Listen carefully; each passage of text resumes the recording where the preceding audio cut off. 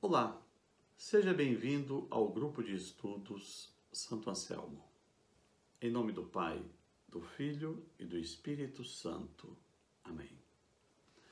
Meus amigos, nós estamos dando continuidade ao nosso curso de Teologia dos Sacramentos. E hoje nós vamos falar do sacramento da unção dos enfermos. Eu gostaria de pedir, inicialmente, que você nos ajudasse a divulgar esse trabalho. Inscreva-se no nosso canal no YouTube. Torne-se seguidor das nossas redes sociais. Grupo de Estudos Santo Anselmo no Facebook. Grupo de Estudos Santo Anselmo no YouTube. Grupo Santo Anselmo no Instagram. Comente, diga se gostou, faça comentários. Essas redes sociais trabalham com a interação. Quanto mais nós nos interarmos, maior será a divulgação desse trabalho. Pois bem, nós estamos tratando hoje da unção dos enfermos, um sacramento que, ao lado da reconciliação, é chamado de sacramentos de cura. A Igreja denomina esses dois sacramentos de sacramento de cura, porque esses sacramentos curam o doente. Eles servem de alívio, de conforto e de recuperação do cristão católico durante a sua caminhada terrena. Tanto a cura do corpo físico, por meio da unção dos enfermos, como também a cura da alma, por meio da reconciliação, da confissão dos pecados. Muito bem.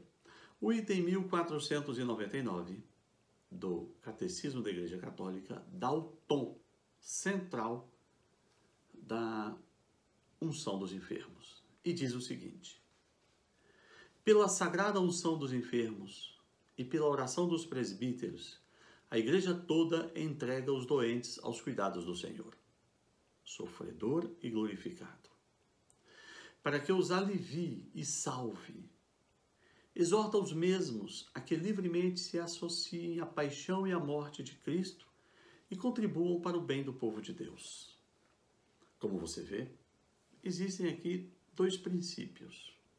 Primeiro, na primeira parte, a Igreja manifesta a sua preocupação, a sua dor, a sua solidariedade para com aqueles que estão enfermos, dizendo: pela sagrada unção dos enfermos e pela oração dos presbíteros, a Igreja toda entrega os doentes aos cuidados do Senhor, sofredor e glorificado, para que os alivie das doenças e salve as suas almas.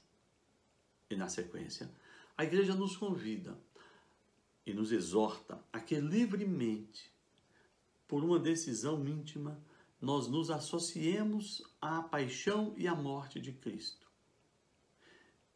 porque isso contribui para nós mesmos e para o bem do povo de Deus. Com isso, a Igreja está nos dizendo que, nada obstante a instituição do sacramento da unção dos enfermos, a cura física não é um processo automático.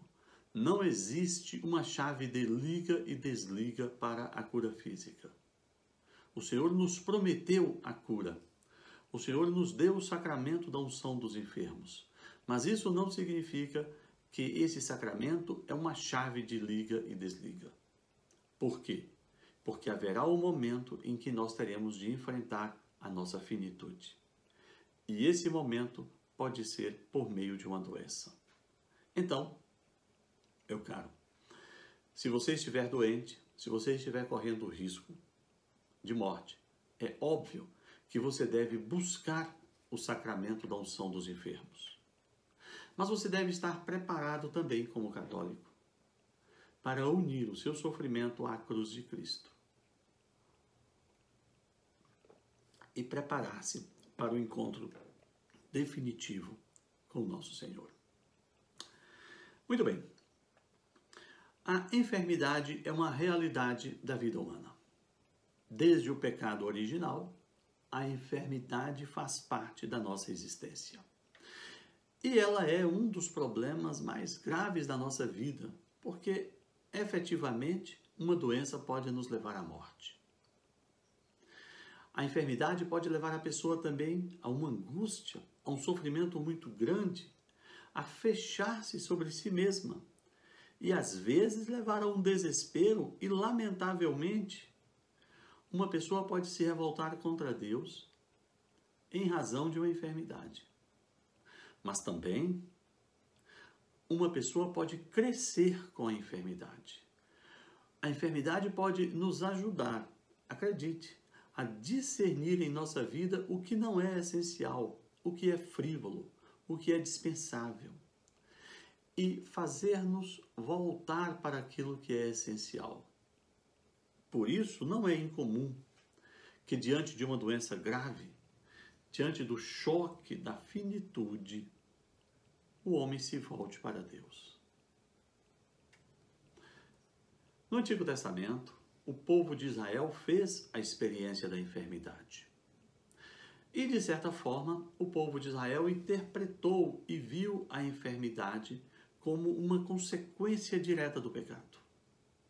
Ao mesmo tempo em que viu a fidelidade a Deus como a causa de uma boa saúde.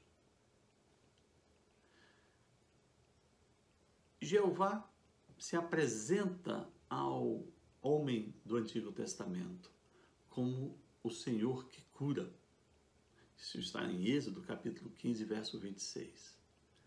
Os profetas veem o sofrimento também como uma forma de redenção.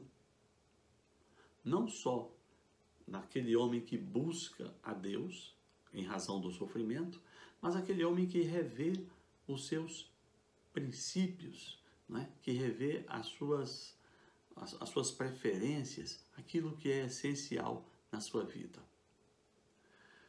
Então, a enfermidade no Antigo Testamento teve um caráter pedagógico de levar o homem a Deus, de levar o homem a pensar em Deus. Cristo, por sua vez, se apresenta como o médico dos médicos. A experiência de Cristo com os doentes no Novo Testamento, e nós lemos no Evangelho, é de um Cristo médico, um Cristo que cura de maneira ativa, indo até o doente, tocando, ungindo, abraçando e declarando a sua cura. Cristo é também aquele que cura mesmo passivamente, sem se dirigir ao doente, como a mulher hemorroíça que simplesmente tocou em suas vestes. E ele diz: senti que de mim saiu virtude. Isto é, pelo simples toque, essa mulher foi curada. Mas observe uma coisa interessante. Em todas as curas descritas no Evangelho, o nosso Senhor lembra que a pessoa deve ter fé. Em todas as curas que nós temos no Evangelho, existe ali um elemento de salvação, um elemento de redenção da alma daquela pessoa. Sendo a cura do corpo físico uma bênção adjacente, porque a bênção principal é a salvação. A bênção principal é o perdão, a redenção. Quando os amigos de um homem paraplégico trouxe este homem até Jesus, ele estava dentro de uma casa, a casa estava cheia, as pessoas estavam amontoadas à porta da casa e os amigos não tiveram alternativa a não ser descer com o doente por meio de uma rede a partir do teto da casa. Jesus olha para as pessoas que estão diante dele, olha para um homem que está paralisado e pergunta: o que é mais fácil dizer? Os teus pecados estão perdoados? Ou toma a tua cama, levanta-te e vai para a tua casa? E aí, para mostrar que ele era o Messias, para mostrar que ele tinha o poder de perdoar pecados, ele diz: os teus pecados estão perdoados. Levanta-te, toma a tua cama e vai para casa. Se Jesus apenas dissesse: os seus pecados estão perdoados, os fariseus, os religiosos, os saduceus daquela época iriam dizer que ele estava blasfemando. Então, para mostrar que ele é o Filho de Deus, ele perdoa os pecados e ele faz um sinal milagroso de que ele era o Filho de Deus e que ele tinha o poder para declarar o perdão dos pecados, algo que não é visível, mas ele tinha o poder de curar um paraplégico que todos conheciam como tal. Por isso ele faz as duas obras. E você percebe que primeiro ele perdoa os pecados, isto é preciso primeiro curar a alma. É isso que efetivamente importa. Pois bem, a instituição do sacramento da unção dos enfermos. No item 1506, o catecismo vai trazer o texto relacionado à instituição da unção dos enfermos, bem como no item seguinte, e diz o seguinte: Cristo convida seus discípulos a segui-lo, tomando cada um a sua cruz. Seguindo, adquire uma nova visão da doença e dos doentes. Jesus os associa à sua vida pobre e de servidor. Faz com que participem de seu ministério de compaixão e de cura.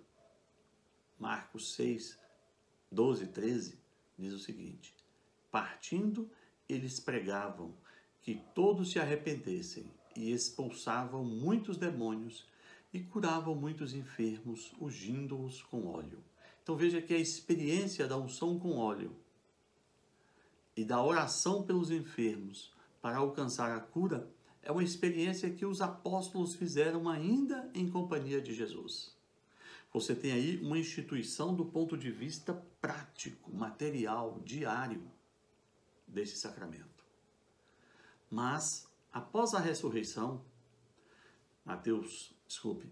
Evangelho de São Marcos, capítulo 16, 17 e 18, o nosso Senhor determina: ide por todo o mundo, pregai o Evangelho a toda criatura e curai os enfermos.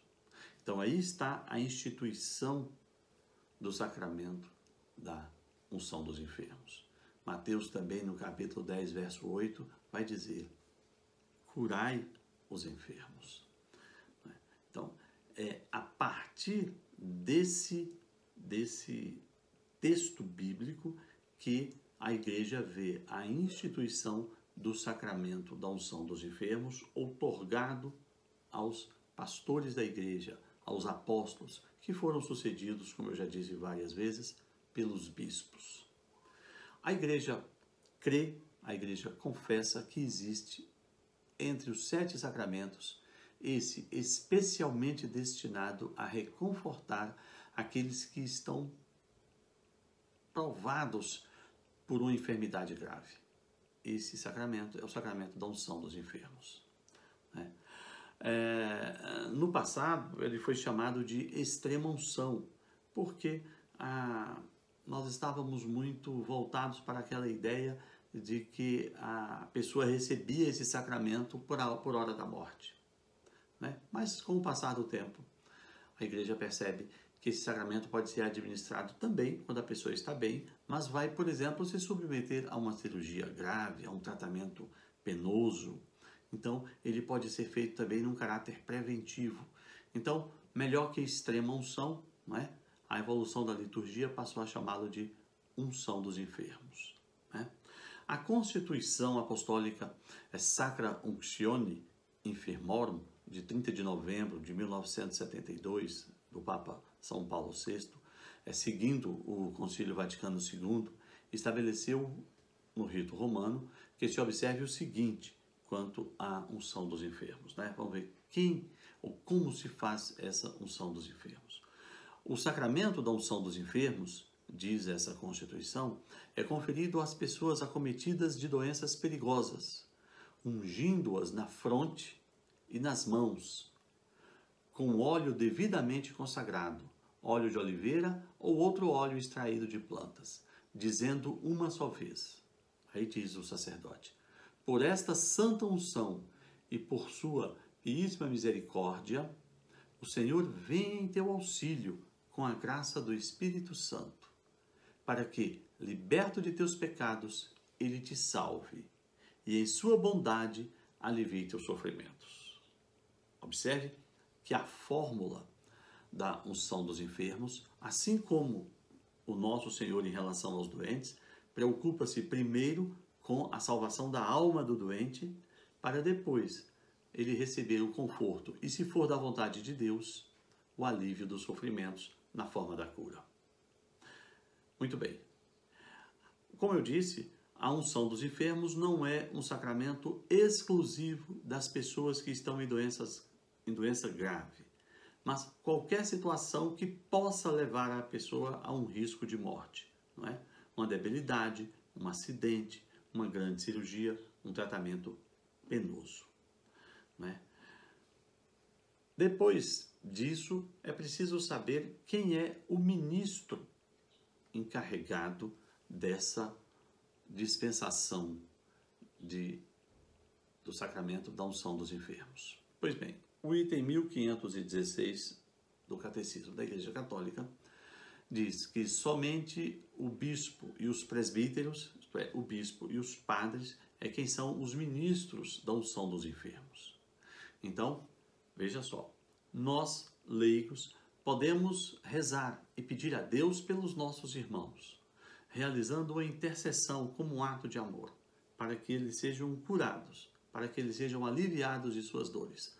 Mas como sacramento e com a unção com óleo para recebimento desse sacramento, somente o bispo, somente os presbíteros, os padres, é quem pode realizá-los, né? É quem tem esse poder de realizar esse sacramento.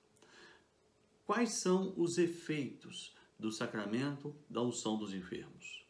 Primeiro, o item 1520 do Catecismo diz que esse sacramento produz efetivamente um dom particular do Espírito Santo, uma graça especial de conforto para o doente. Não se trata aqui de uma muleta. Os sacramentos, como nós já vimos nos 2 primeiros vídeos, eles não só significam, mas eles realizam o significado. Então, a unção com óleo, que foi abençoado pelo bispo por ocasião daquela missa dos Santos Óleos, na Quinta-feira Santa pela manhã, ela não só simboliza uma vinda do Espírito Santo sobre o doente, ela efetivamente, essa oração com a unção com óleo, efetivamente vai produzir esse conforto maior do Espírito Santo sobre o doente. Em segundo lugar, ele produz uma união com a paixão de Cristo. Exatamente. Ele produz a união com a paixão de Cristo. O próprio doente, na medida do possível, deve ser instruído, com muita caridade, a unir-se ao sofrimento de Cristo na cruz. Sofrer, inclusive a doença grave, faz parte da nossa vida. E em vez de vermos esse sofrimento como um mal, uma causa de revolta, um sofrimento atroz, uma injustiça, podemos e devemos ver como uma oportunidade de nos aproximarmos de Cristo, que, como nós, naquele momento, muito sofreu. E sofreu sem razão e sem motivo, sofreu por amor. Também esse sacramento produz uma graça eclesial. Significa, nós estamos fazendo parte da igreja sofredora que com Cristo vive e sofre a caminho do céu. Também esse sacramento produz uma riqueza ainda maior. Esse sacramento produz uma preparação para a última passagem. Porque, como eu disse no início, o sacramento da unção dos enfermos não é uma chave de liga e desliga para a cura. Aliás, eu vou fazer uma sugestão. Desconfie de todo e qualquer cristão, de todo e qualquer movimento, de todo e qualquer sacerdote, de todo e qualquer católico que apregoe Cristo como um curador, que apregoe a ocorrência de milagres automáticos, a promessa de que Deus vai agir e vai curar a sua vida. Isso não tem consonância com as Escrituras, com a tradição e com o magistério da Igreja. Pelo sacramento da unção dos enfermos, a Igreja ora para que Deus perdoe os pecados daquele doente, conforte a sua alma, se for da vontade de Deus que o cure, e se não for, que ele seja preparado para a passagem para a vida eterna.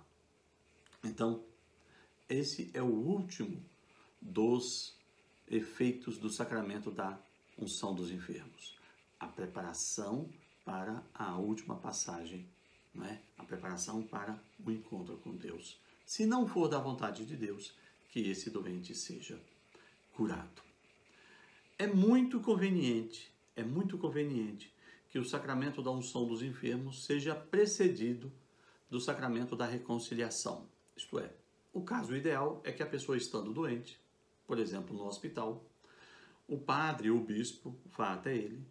Para isso, os sacerdotes católicos têm livre acesso aos hospitais, inclusive às unidades de terapia intensiva. Então, se você tiver um amigo, um parente, pode pedir ao padre que ele tenha acesso livre a UTIs. E lá, se for possível, esse é o ideal, a pessoa deve confessar os seus pecados, receber a absolvição e aí, em estado de graça, receber a bênção da unção dos enfermos. E por fim, uma situação ainda perfeitíssima será se essa pessoa puder, em razão do seu estado, receber a Sagrada Comunhão. Aí ele teria 3 sacramentos, não é? Preparando-o para a cura ou preparando-o para o encontro com Deus. Ele confessa os seus pecados, ele recebe o sacramento da unção dos enfermos e, se for o caso, se for possível, ele pode receber a comunhão, receber o próprio Cristo em seu corpo. Não é? Comungar o corpo e sangue de nosso Senhor.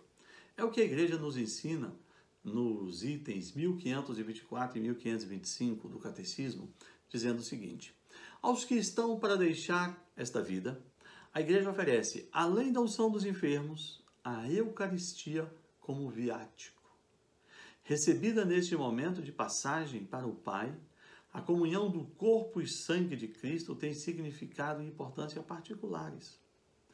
E semente de vida eterna e poder de ressurreição, segundo as palavras do próprio Senhor: quem come a minha carne e bebe o meu sangue tem a vida eterna e eu o ressuscitarei no último dia. Sacramento de Cristo morto e ressuscitado, a Eucaristia é aqui sacramento da passagem da morte para a vida, deste mundo para os braços do Pai.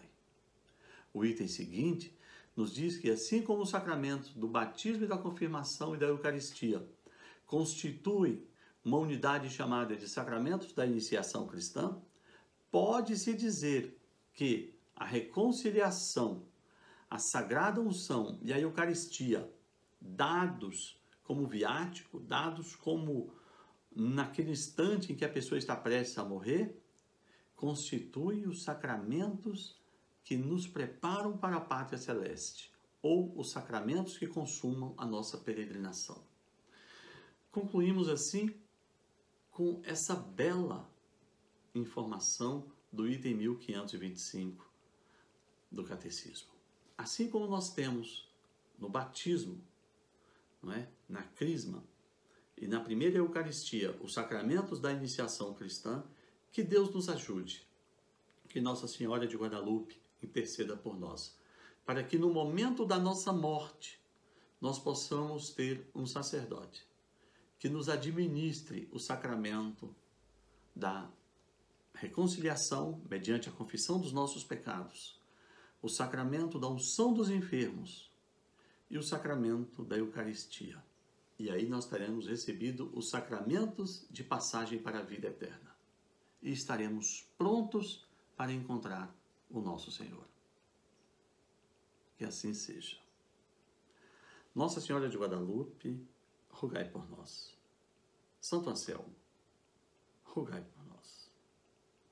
Em nome do Pai, do Filho e do Espírito Santo. Amém.